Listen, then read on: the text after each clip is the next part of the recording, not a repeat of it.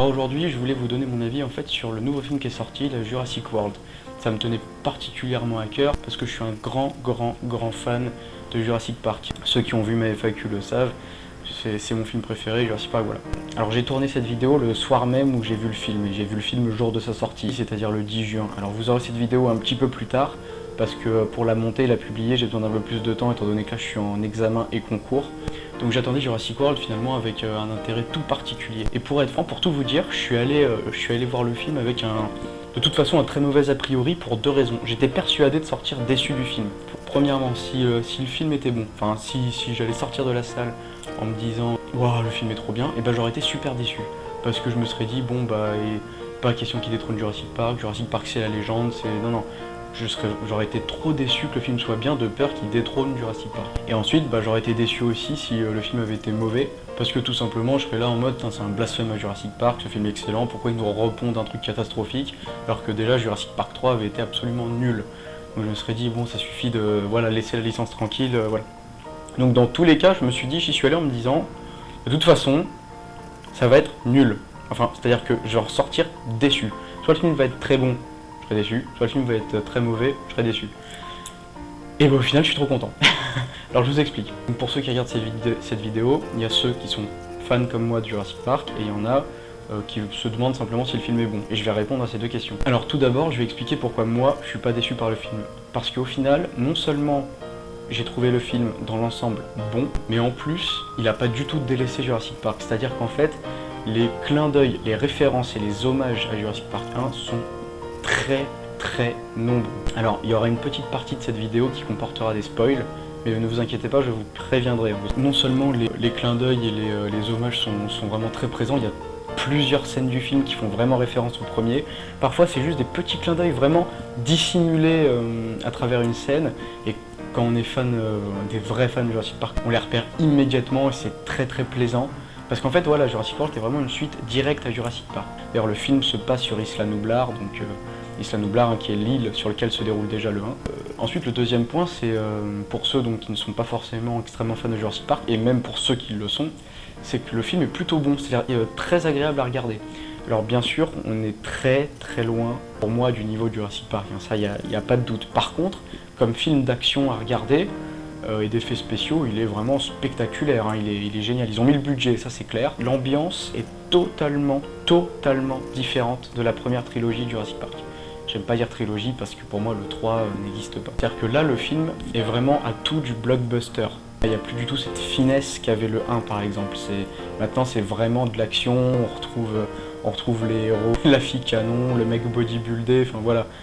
On est vraiment dans le cliché finalement du blockbuster, mais ce blockbuster a le mérite d'être quand même original et assez bon. On retrouve des effets spéciaux vraiment époustouflants, mais ça j'ai quand même un point à dire, et ça fera partie des points négatifs, c'est qu'au niveau des effets spéciaux, il n'y a quasiment pas d'animatronique. Ces espèces de maquettes robotisées, géantes, qui donnent un aspect vraiment réaliste. Par exemple, dans les scènes de Jurassic Park 1, très souvent quand on voyait le tyrannosaure, c'était en fait pas une image de synthèse, dans les gros plans en tout cas, et c'était un animatronique. Ce qui donnait vraiment cet aspect beaucoup plus authentique au film.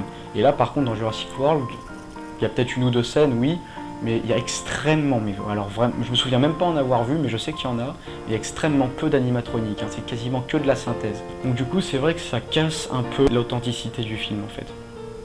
Ce qui est un petit peu décevant. Donc alors maintenant que vous avez prévenu, je vais rentrer dans la phase spoil.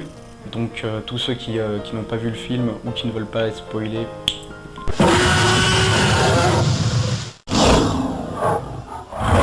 Pour parler des hommages de Jurassic Park, on en repère plusieurs, hein, qui sont vraiment géniaux. Monsieur ADN, je sais pas si vous vous souvenez, dans le 1, on voit ce petit bonhomme en forme d'ADN qui faisait une petite vidéo explicative au début du 1. Et on le retrouve en tout petit aperçu dans ce film. On trouve aussi une statue de John Hammond à la fin. Il y a le nom d'une salle qui porte le nom de Hammond aussi dans la pièce. Bon, bien sûr, ils ont en plus ramené un ancien acteur et personnage du 1, qui est le docteur Henry Wu.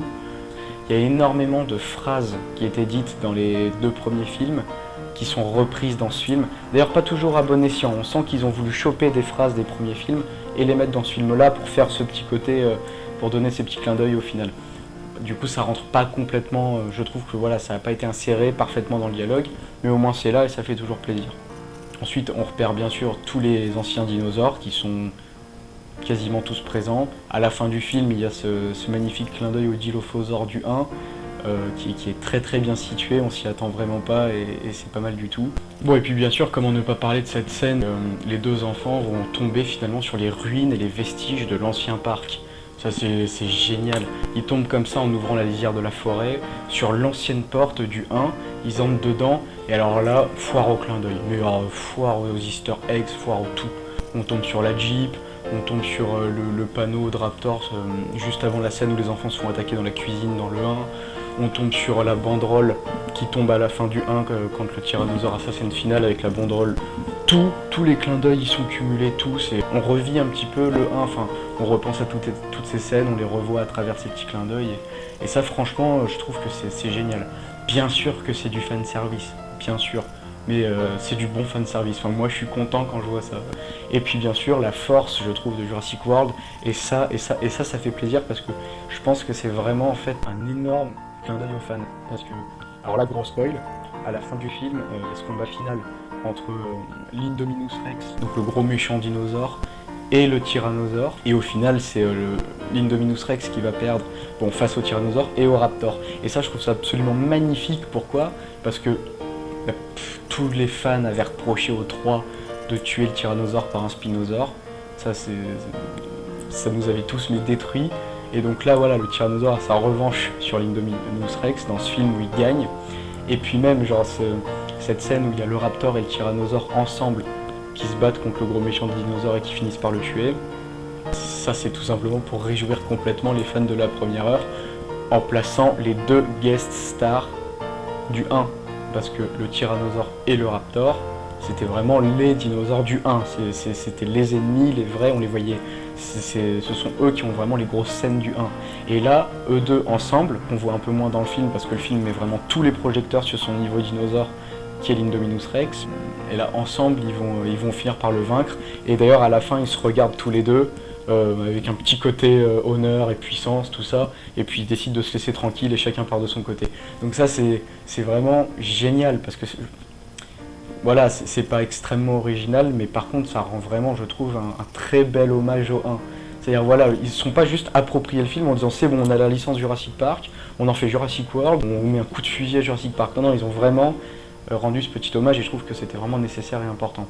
Et ensuite pareil, la scène finale de Jurassic World, c'est le bon vieux cri du tyrannosaure à la fin, avec la caméra qui s'en va vers l'océan, qui pareil est un beau clin d'œil de la fin du 1. Où la fin du 1, la scène finale, c'est quasiment un hurlement du tyrannosaure. Et après, on les voit partir en hélicoptère. On voit des choses quand même assez sympas. Alors moi, j'avais peur de ces choses-là, et au final, elles sont plutôt pas mal fichues.